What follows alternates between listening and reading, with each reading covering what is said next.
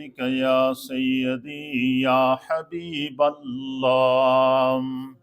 الصلاة والسلام عليك يا سيدي يا رسول الله، وعلى آلك وصحابك يا سيدي يا رحمة للعالمين. الصلاة والسلام عليك يا سيدي يا رسول الله، وعلى آلك وصحابك يا سيدي يا خاتم النبيين.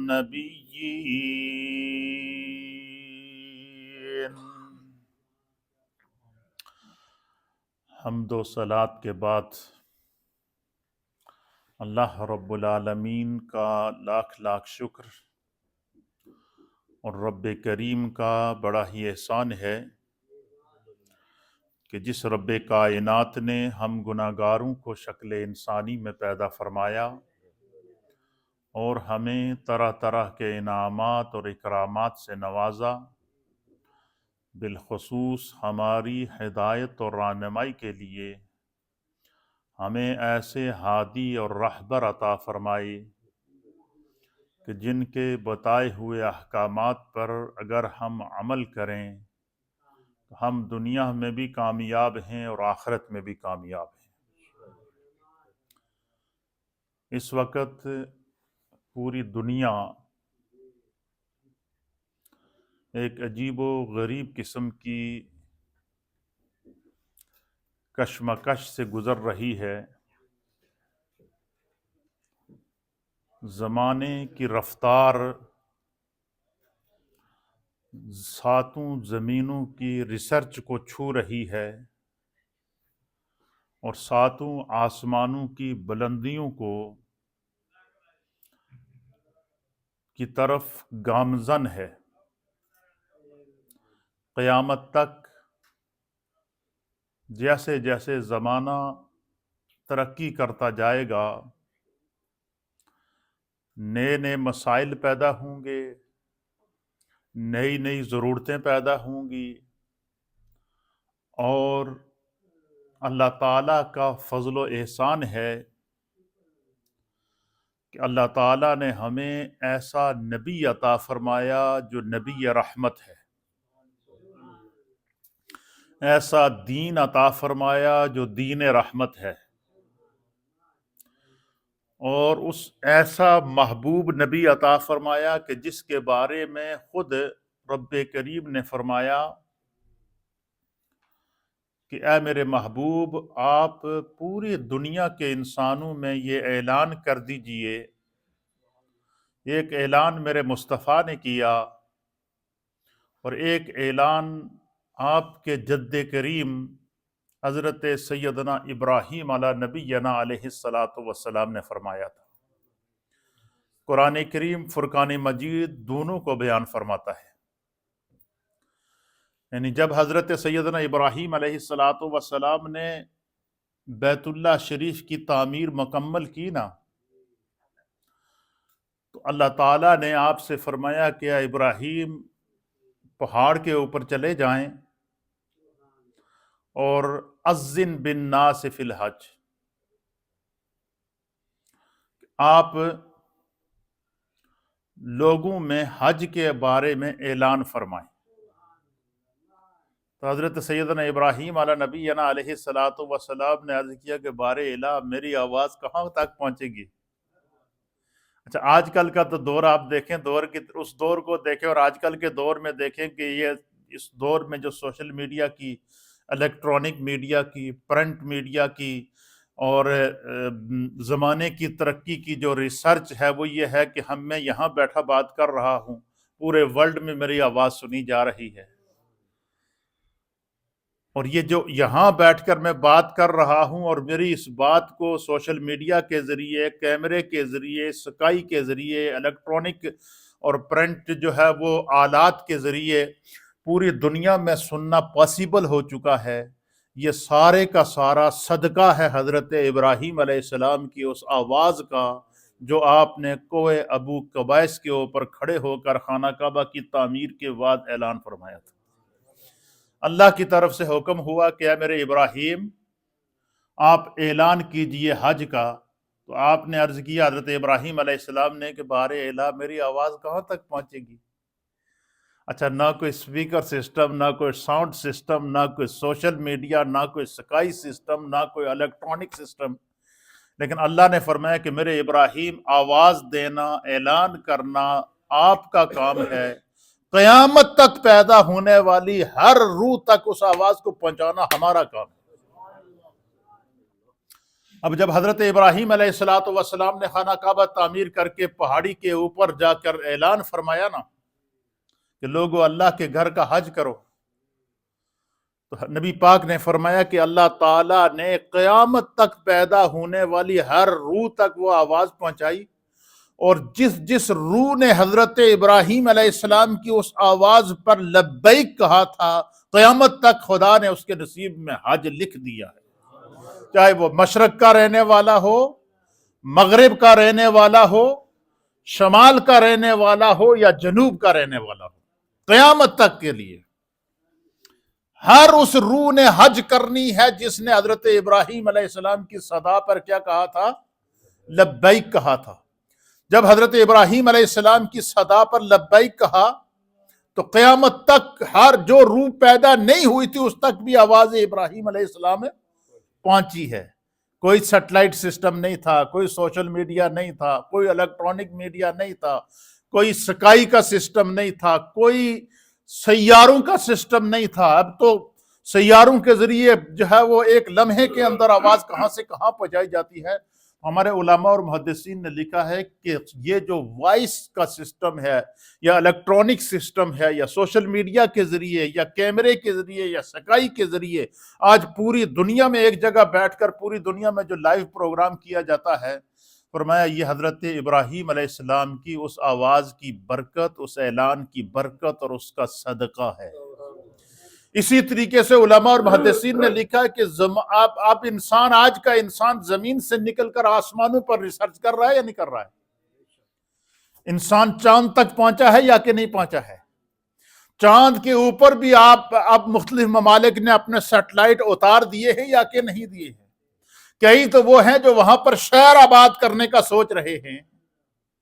اچھا، انسان کی یہ توجہ اس طرف کیسے گئی؟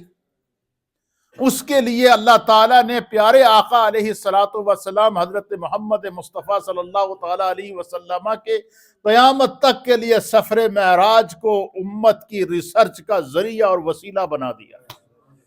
کہ نبی علیہ السلام کو اللہ نے شب معراج کو جب معراج کرائی تو آپ مسجد حرام سے مسجد اقصی،